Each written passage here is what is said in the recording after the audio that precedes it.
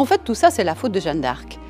Si sa statue n'avait pas été aussi mal disposée au centre du village, on ne l'aurait pas déplacée, on n'aurait pas découvert ce cercueil avec un étrange squelette, on n'aurait pas lancé très discrètement une enquête.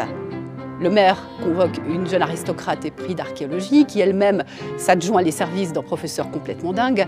À eux trois, les voilà embarqués dans une sacrée histoire. En arrière-fond, un essaim de frelons sème la panique.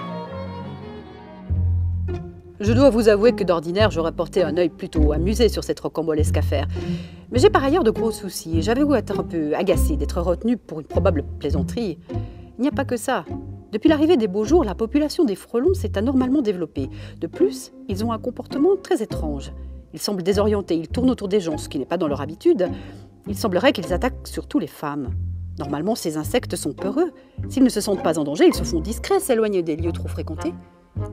J'ai fait une enquête auprès des plus anciens pour savoir si par le passé il y avait déjà eu ce phénomène.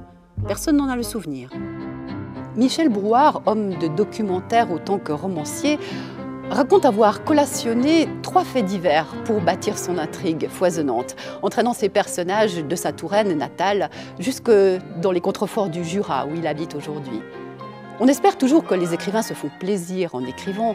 Il est cependant assez rare qu'on le perçoive en lisant, et c'est le cas avec ce roman au style particulièrement décontracté et spontané.